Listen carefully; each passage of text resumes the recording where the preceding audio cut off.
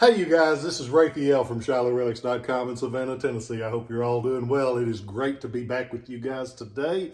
I'm a little hidden, but it's because we got two very interesting guns to tell you about today.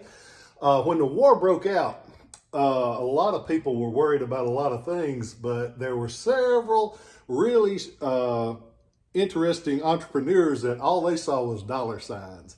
And one of those cats that saw those dollar signs was located in Philadelphia, Pennsylvania. His name was Philip S. Justice. And Mr. Justice realized, hey, what can I do to get in on some of this money that's going to be rolling in? Mr. Justice was previously engaged in two things. He made railroad car springs, and he also imported guns from England. He's listed as both occupations. But when the war broke out, he is like, I don't think I need to make railroad car springs. I think I can make a little bit more money selling weapons to the government. And so in 1861, 1862, that's exactly what he did. He made cavalry sabers and sold quite a few of those. But the way that he made his products, cavalry sabers and muskets, he bought what he could get. He was more of an assembler than a true from scratch maker. And it shows up in his products. It's pretty interesting when you look at them. These are two of the guns that Philip S. Justice made in the early days of the war. He is estimated for making under 5,000 long arms total. He made the brass version, which is the lower one, brass mounted. He made about 2,500 of those, and this top iron-mounted version, he made about 2,174 of them, according to Flaterman. And they're different as night and day. The only thing that's consistent about them is their inconsistency. Justice took what he could get, slapped it together, made what he couldn't, and actually made functioning guns. But it's interesting, you read some of the reports that the government gave after they got his guns. It's like, man, they're not very good quality. The wood is oftentimes not cured completely. The hammers break off. It was interesting to read some of the things. If you get a chance, my friend Tim Prince up at College Hill Arsenal has a neat little dissertation on the shortcomings of Philip S. Justice's weapons. But to a collector, it's very interesting because he made do with what he could get, and he made him some money, and he did his part to assist the war effort. The guns, most of the ones that he did were 69 caliber.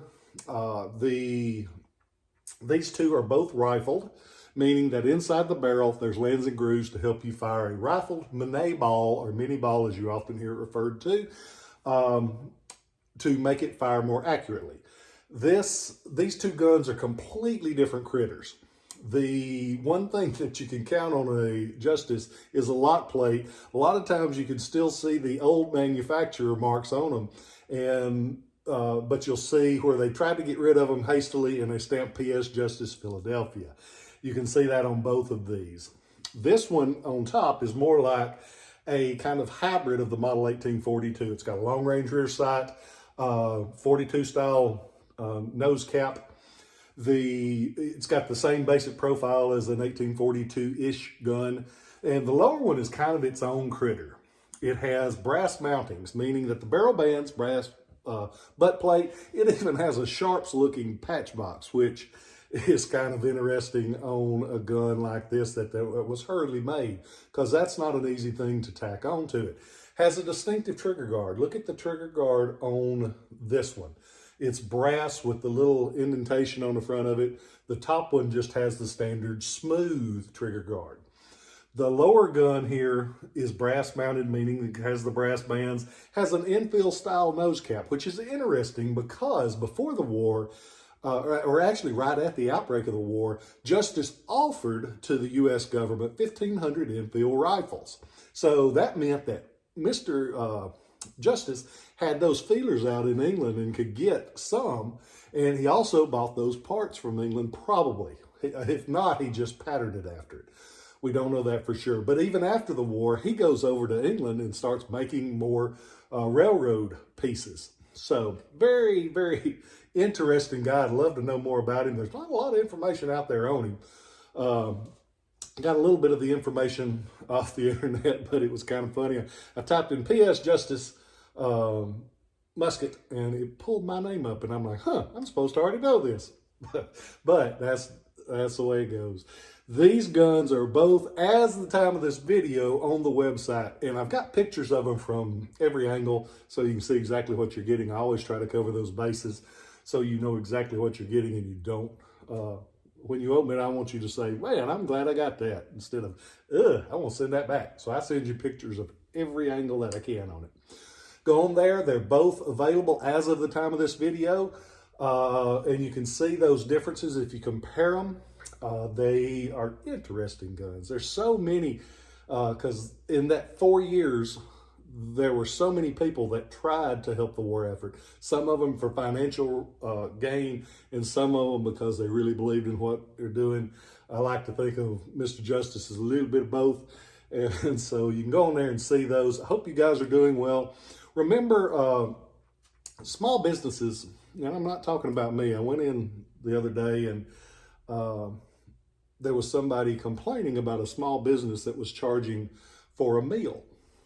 And I thought, man, you just sat down to a fresh cooked meal with a waitress that smiled at you, and the man that owns it spoke to you when you came in, and you got a full meal with drink for $10 or $11, depending on what you got. And I thought, man, that's good service, and I like being in a small town, because when I stopped by a Burger King on the interstate the other day, one single burger was $12, and I'm like, I sure am glad to be where I'm at. But I say all that to tell you, don't ever, remember those small businesses, they work hard for their money. And if they don't make some money, they will not be there next time that you want to use their services. So you better be thankful when you go into that small hardware store or anything. It might cost you a little bit more, but just remember, a small businessman, he needs to make money. Don't begrudge somebody because they make money. As long as it's not an unconscionable profit, let them make that money, and be glad for them, because they work for it. I hope you guys are well. Get off my soapbox now. Go on the website, check these out. I've also got a few other really neat early war guns, and some of the ones that were crafted from necessity. So if you get a chance, go on there. Thank you for letting me do what I do. Remember to be kind to each other, because that kind word you say to somebody might be the only one that they hear all day. Love you guys, and I'll catch you next time.